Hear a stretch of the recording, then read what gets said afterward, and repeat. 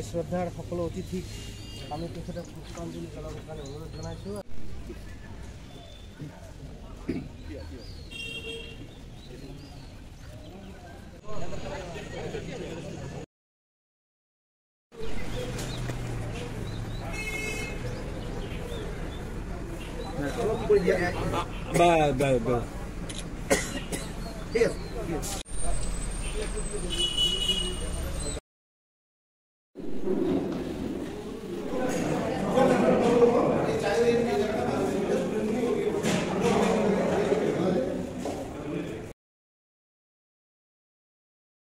He thought whatever he has learned in Banaras, he could replicate that, he could execute that, and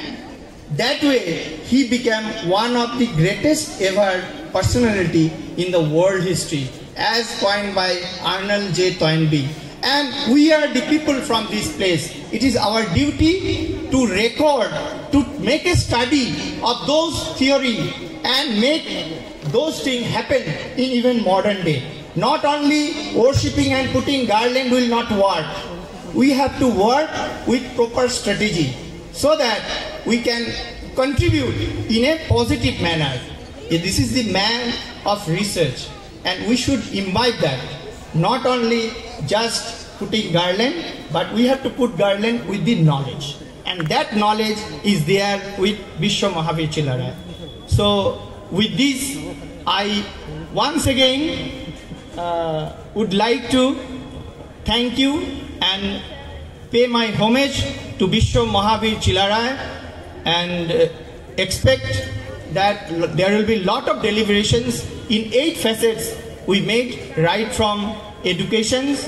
to land reforms to military conquest, his literary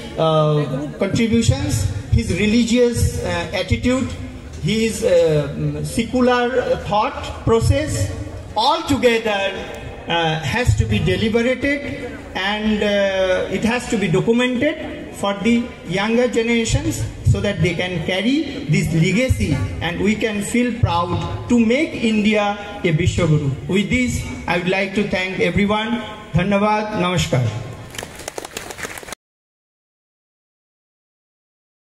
I also request our Karyakarta to felicitate Additional Deputy Commissioner of Dhubri, Srimati Banti Kakoti ma'am, Batti Talukdar ma'am. She is in charge of Education Department in the district, and she is very much helpful to our organization to organize this program, and thank you so much ma'am. Now I request our honorable guest, Dr. Ramesh Chandra Deka sir, the honorable Vice Chancellor of Cotton University, to address this session. Respected dignitaries in the dais and of the dais, faculty members of PBA College, Dhubri, staff and my dear student friends. Dr. Subharipta Chaudhary has elaborately explained about contribution of Veer Chilarai, and if we read the history of Assam, I think Narnaran Veer Chilarai, when Narnaran was the king, so we had the Borhom from Bihar to Tripura. The first article tells about the education system, what was there and how we should make it further. And the second is on again education on Sanskrit education, whatever was there. So that way, then there is a military conquest, and then there is a land reforms, and then there is a tie-up between various dynasties and kingdoms. And then there is a reawakening of religious flavor. So that way, these books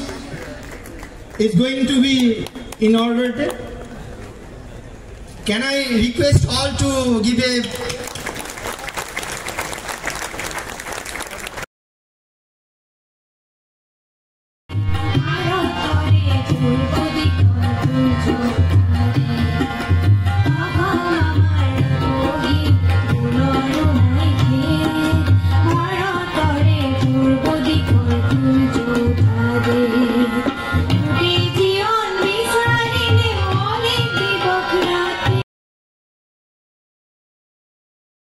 চাপৰ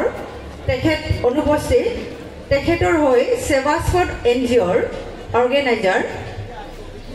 প্ৰিয়ব্ৰত দাসে বঁটা গ্ৰহণ কৰিব মই তেখেতক অনুৰোধ জনাইছো প্ৰিয়ব্ৰত দাস তেখেতে জনাইছে প্ৰতিযোগীৰ হৈ বঁটা গ্ৰহণ কৰিব শ্ৰুতি দে থুবুৰী ইতিমধ্যে আমাৰ মাজত আহি উপস্থিত হয়েছে আমাৰ উত্তৰ পূৰ্ব ভাৰত ক্ষেত্ৰৰ সভাপতি মহোদয় ডক্টৰ নিৰঞ্জন কলিতাদেৱ তেখেতক আমাৰ মঞ্চলৈ আহিবলৈ অনুৰোধ জনাইছো দাদা তাৰপিছত প্ৰফুল্ল ৰায় নামৰ এগৰাকীয়ে বঙালীত লিখিছিল চিলাৰায়ৰ সম্পৰ্কত সেইখন কিতাপ এতিয়া বিচাৰি পাবলৈ নাই গতিকে মই আমাৰ ইয়াত উপস্থিত থকা সকলো অডিয়েন্সক আৰু সকলোবোৰ গৱেষকক অনুৰোধ কৰিম এই দুখন কিতাপৰ প্ৰফুল্ল ৰায়ৰ বঙালীত লিখা চিলাৰায় নামৰ কিতাপখন আৰু ৰাজমোহন নাথে লিখা চিলাৰায় নামৰ অসমীয়া নামৰ কিতাপ দুখন কেনেকৈ ক'ত পায় যদি কোনোবাই পায় তেনেহ'লে সেইখন যাতে আমাৰ ভাৰতীয় ইতিহাস সংকলন সমিতিক দিব পাৰে বিশেষকৈ আমাৰ যদি মজুমদাৰ ডাঙৰীয়াক দিব পৰা যায় বা সুজিত চৌধুৰীক দিব পৰা যায় তেতিয়াহ'লে সেইখনৰ কেইবাটাও বৰ সুন্দৰ নতুন কপি হৈ ওলাই আহিব আৰু ইয়াৰ দ্বাৰা দেশ মাতৃৰ প্ৰতি ভাষা সাহিত্যৰ প্ৰতি আমাৰ জাতিটোৰ প্ৰতি এটা ডাঙৰ উপকাৰ কৰা হ'ব আমাৰ চিলাৰায় সম্পৰ্কীয় যিবিলাক কথা কোৱা হৈছে মোকো আচলতে এখন পেপাৰ লিখিবলৈ কোৱা হৈছিল কিন্তু মই বহুতৰ নিচিনাকৈ একে ৰাতি বা 3টামান ৰাতিৰ ভিতৰতে এখন পেপাৰ লিখিব পৰা যোগ্যতা আজি অৰ্জন কৰিব পৰা নাই তাৰ বাবে মই ক্ষমা খুজিছোঁ আৰু সকলোৱে কোৱা কথাখিনিকে কৈ থাকিলেও আচলতে কথা নহয় কথা অলপ যেতিয়া কোৱা যায় নতুন কথা ক'ব লাগে মই এইকাৰণে চেষ্টা কৰিছিলোঁ যে আমাৰ চিলাৰায় বীৰ আমাৰ কৰ্ণেল চাহেবে কোৱাৰ দৰে তেওঁৰ যুদ্ধক্ষেত্ৰৰ কথা কোৱা হৈছে তেওঁৰ বীৰত্বৰ কথা কোৱা হৈছে কিন্তু চিলাৰায়ে যুদ্ধ কৰিবলৈ গৈছিল আনক দখল কৰিবৰ বাবে নহয় এইখান কথা কোৱা হোৱা নাই চিলাৰায়ে আজি আমি যিটো স্বায়ত্ত শাসন কাৰ্বি স্বায়ত্ত শাসন BTR ইত্যাদি যিটো ধাৰণা এই ধাৰণাটো প্ৰথমবাৰৰ বাবে পোষণ কৰিছিল বীৰ চিলাৰায়ে কাৰণ তেওঁ য'তেই গৈছে তাত তেওঁ অতি সহজে আমাৰ কোচসকলৰ শাসন প্ৰৱৰ্তন কৰিব পাৰিলেহেঁতেন যিদৰে মোগলসকলে কৰিছিল যিদৰে আহোমসকলে কৰিছিল বা আন ৰাজপুতসকলেও কিছুমান ক্ষেত্ৰত কৰিছিল কিন্তু চিলাৰায় বা কোচ ৰাজবংশই কেতিয়াও যুদ্ধ কৰি জয় জিতাৰ পিছত তাত কোচ ৰাজ্যৰ শাসন ব্যৱস্থা জাপি দিয়া নাছিল বৰং সেই একেখনি জনগোষ্ঠীৰ নিজস্ব ৰাজ্য ব্যৱস্থা নিজস্ব ৰাজহ ব্যৱস্থা নিজস্ব প্ৰশাসন ব্যৱস্থাক একেধৰণে ৰাখি কেৱল কোচ ৰজাৰ কৰতলীয়া বা কোচ ৰজাৰ শ্ৰেষ্ঠত্ব মানি ল'বলৈ কৈছিল আৰু প্ৰতীকীয় অৰ্থত তেওঁলোকৰ শাসন তাত বৰ্তি আছিল আৰু এইটো আছিল স্বায়ত্ত শাসনৰ এটা উৎকৃষ্ট উদাহৰণ চিলাৰায়ৰ সম্পৰ্কীয় কথাবোৰ ক'বলৈ যাওঁতে নতুন গৱেষকসকলে এই দৃষ্টিৰে কথাবোৰ চাব লাগে আৰু এটা কথা বিশ্বত অৰ্থনীতিবিদসকলে জানিব কিন্তু অৰ্থনৈতিক ইতিহাসৰ ছাত্ৰ হিচাপে মই আজিলৈ ক'তো দেখা নাই য'ত ৰজাজনৰ ৰাজত্ব শেষ হোৱাৰ বা ৰাজবংশটোৰ ৰাজত্ব শেষ হোৱাৰ লগে লগে সকলোবোৰ তেওঁলোকে যিবিলাক কইনছ বা টকা কাৰেঞ্চি ইছ্যু কৰে সেইবিলাকৰ মূল্য নাইকিয়া হৈ যায় যেনে আমাৰ ব্ৰিটিছ আছিল ব্ৰিটিছৰ ৰাজত্ব শেষ হৈছে লগে লগে তাৰ যিবিলাক আমাৰ কাৰেঞ্চি আছিল তাৰ মূল্য এটা ডিমনিটাইজ হৈ গৈছে পৃথিৱীৰ সকলো বুৰঞ্জীতে যিকোনো ৰাজবংশ সি লাগিলে টিউডৰে হওক বা আমাৰ ৰোমান সাম্ৰাজ্যৰ ইমান বিশাল সাম্ৰাজ্যৰে হওক যেতিয়া তাৰ সাম্ৰাজ্যৰ বা তেওঁলোকৰ শাসন ব্যৱস্থাৰ অন্ত কৰিছে তেতিয়া তাৰ কাৰেঞ্চিবিলাক ডিমনিটাইজ হৈ গৈছে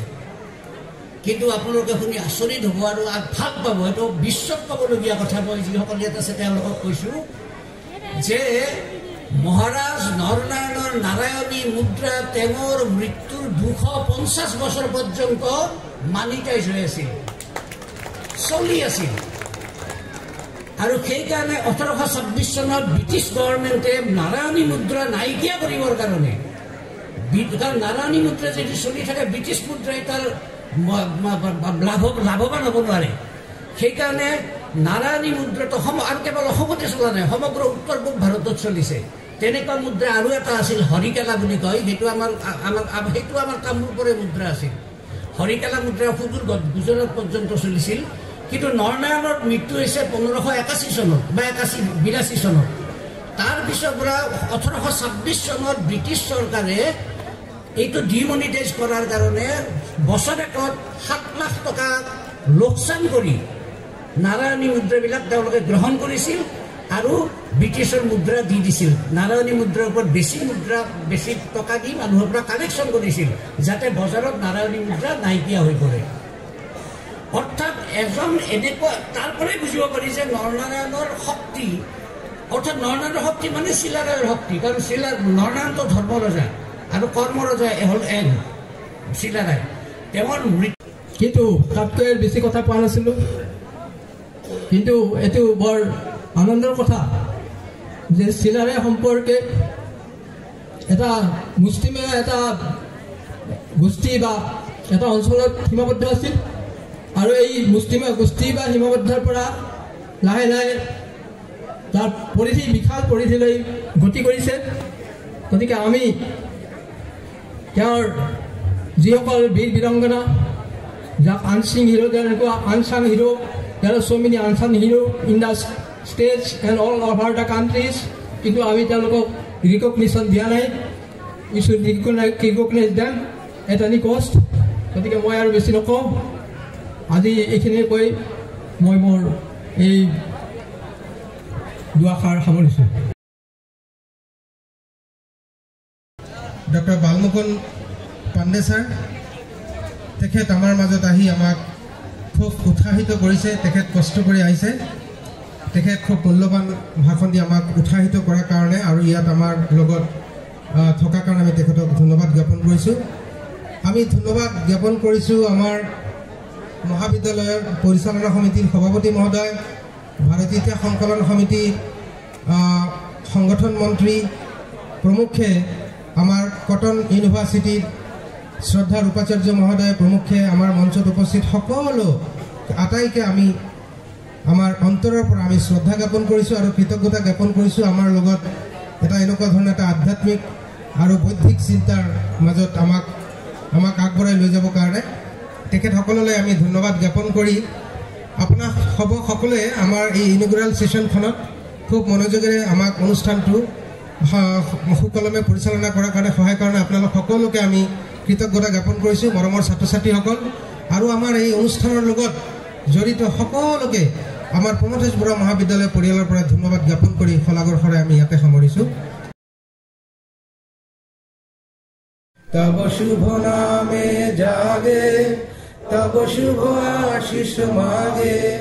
গাহে তব জয় গাথা जनगण मंगलदायक जय हे भारत भाग्य विधाता जय हे जय हे जय हे जय जय जय जय हे